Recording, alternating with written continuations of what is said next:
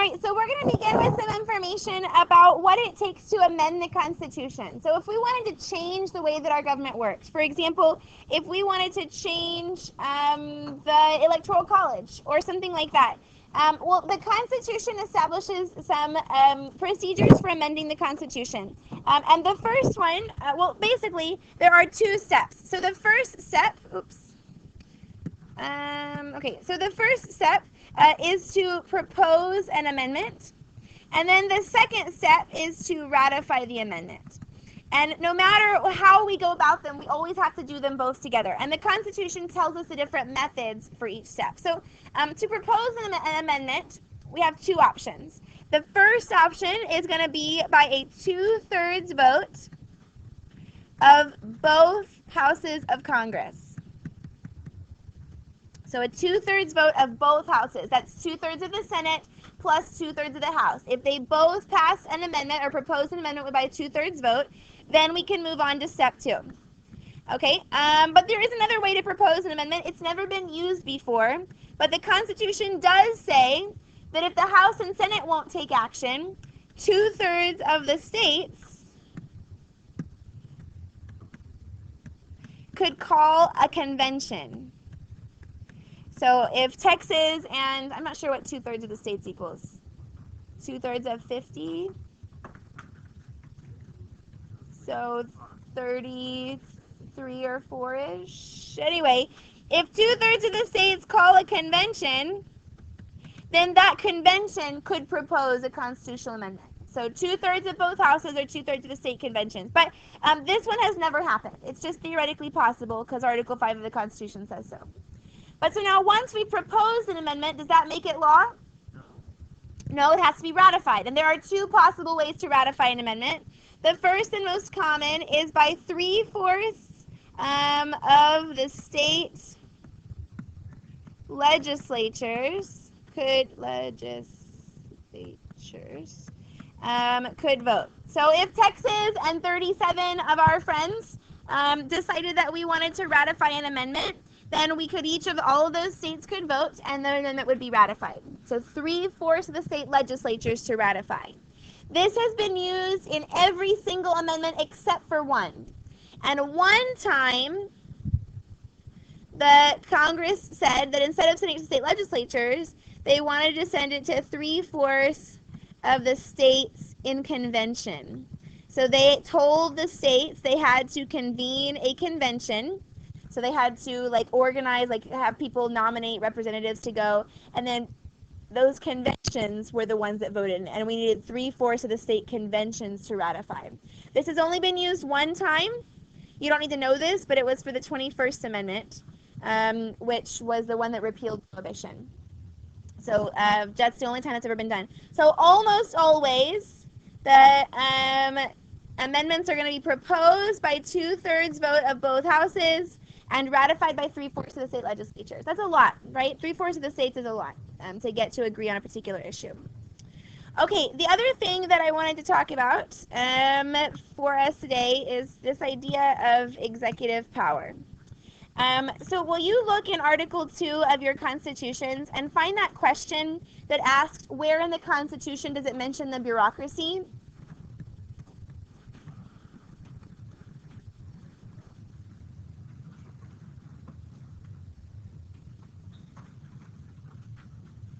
And as soon as you find it, just read it to us. So it's Article 2 of the Constitution.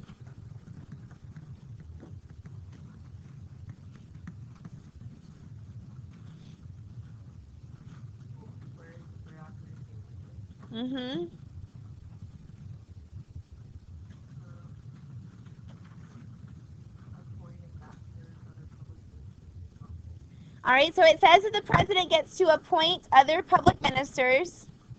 And there's one more place that says that all executive power shall rest. You find that part?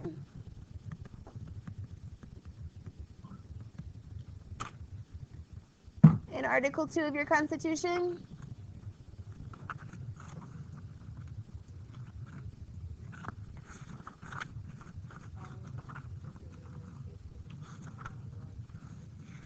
Right, so the president can do all of that. But Article 2, Section 1, the very first line of Article 2 says that the executive power shall be vested in the President of the United States, right?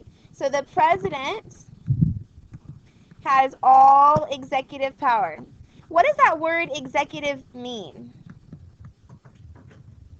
We know the legislature makes the laws and the judiciary interprets the laws. What does the executive branch do? It executes the laws. What does it mean to execute the law? To carry it out or to enforce it, right? So the president has all the power when it comes to enforcing the laws. That's in the Constitution. So we know that the executive branch includes the president and the vice president, but it also includes other things. So under the executive branch, part of these other public ministers includes the executive departments,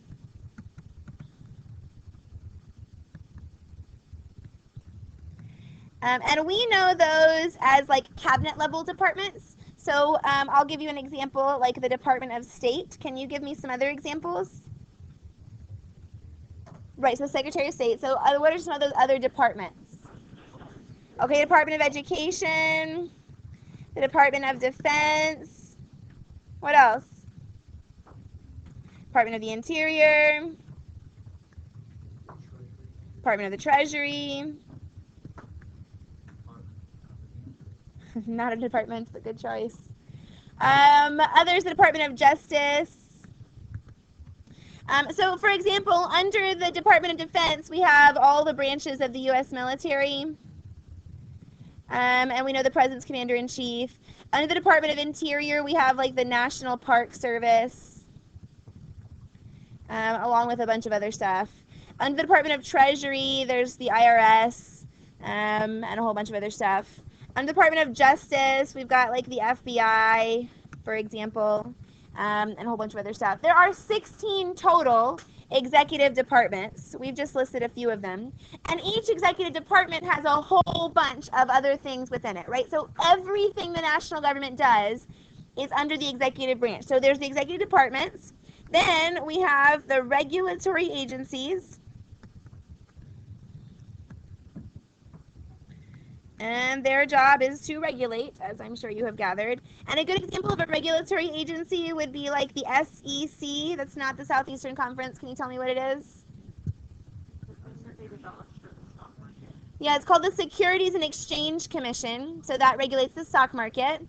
Or the EPA, which is the Environmental Protection Agency. So they're in charge of like pollution control, that kind of stuff. So those are regulatory agencies. And then independent agencies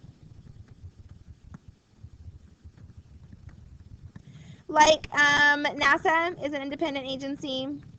The CIA is an independent agency. So we have these other organizations. So all of this is under whose control? Who has all the power here?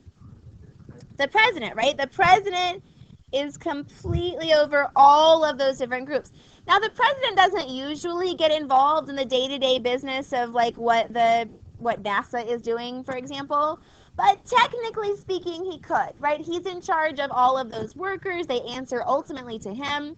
He can set priorities. He can tell them what they can and can't spend their money on. He is ultimately the source, or she, but it's always been a he, is ultimately the source of all power in the executive department. So the last two things I want to tell you before you're going to look at Trump's plan are, let's take a look at two things that you might have heard about, called executive orders and then executive agreements.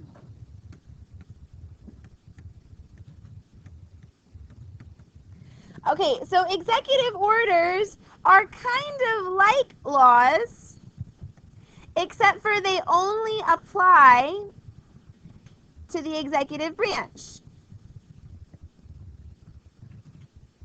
So I'll give you an example. In 2012, President Obama issued an executive order on the minimum wage. And what he did was he raised the minimum wage for federal employees to $10 an hour.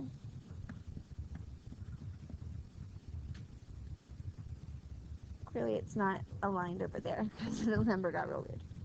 So President Obama in 2012 issued an executive order raising the minimum wage for federal employees to $10 an hour. Okay? Now, what did President Obama really want? Did he really want to just raise the wage for federal employees? No, what did he really want? He really wanted the federal minimum wage for all workers to go up, right? But what did he need for that? He needed Congress, right? He needed Congress to pass a law, and who controlled Congress? The Republicans. Were the Republicans going to raise the minimum wage? No, they were not. So President Obama couldn't force McDonald's to raise their minimum wage, or Walmart, or anybody else $10 an hour, even though he wanted to. He didn't have power over them. But who does he have power over? He does have power over the executive branch, right? All of those pieces of the executive branch. So although he can't tell McDonald's what to do, he can tell the executive departments what to do. And so he told them, we are going to raise the wage for our lowest paid employees to $10 an hour. He had the power to do that. Now, what's the catch? It's like a law, but it only applies to the executive branch, and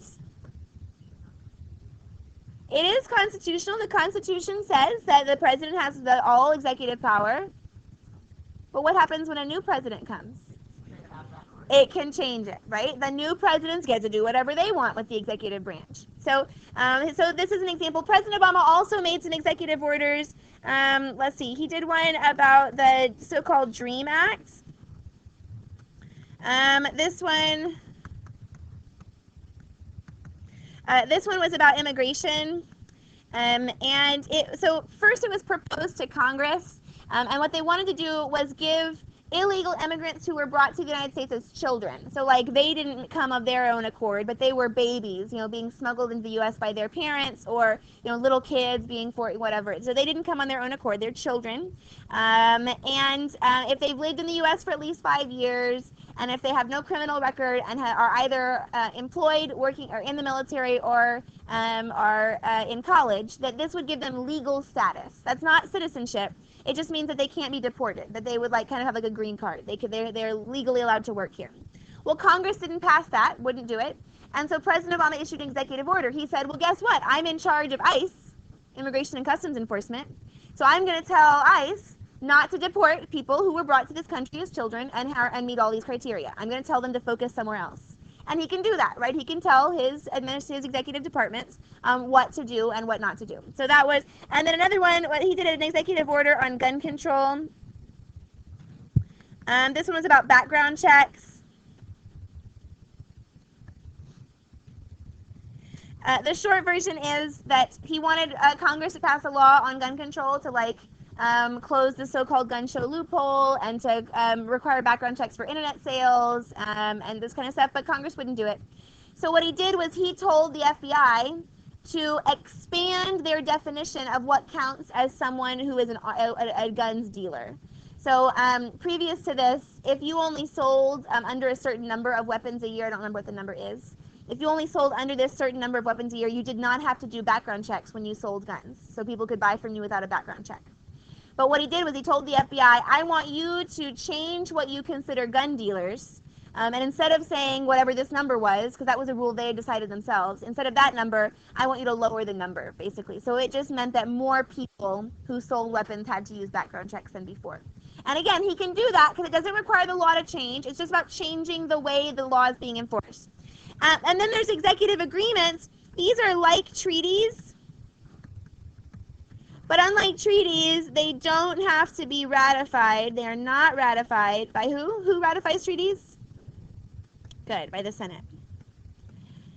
Now, other countries would prefer a treaty because it's permanent, right? Once a treaty is ratified, it has the force of law.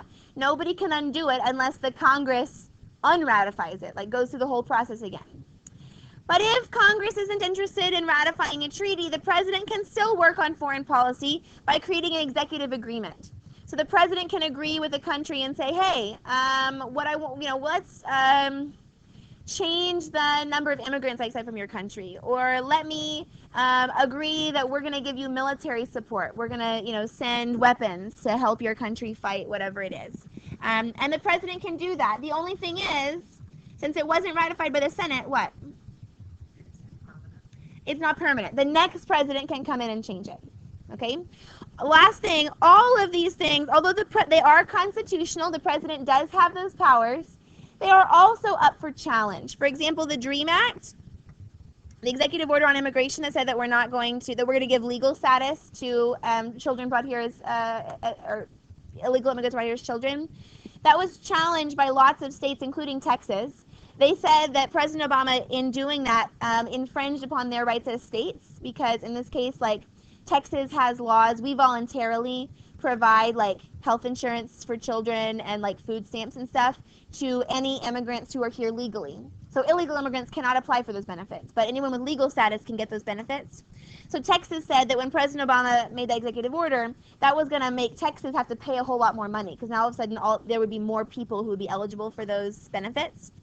And so that hasn't made it to the Supreme Court yet, but the lower courts said, or hasn't been decided because the Supreme Court is tied. The lower court said that they agreed with Texas. So people can still challenge these things, just like they can challenge a regular law.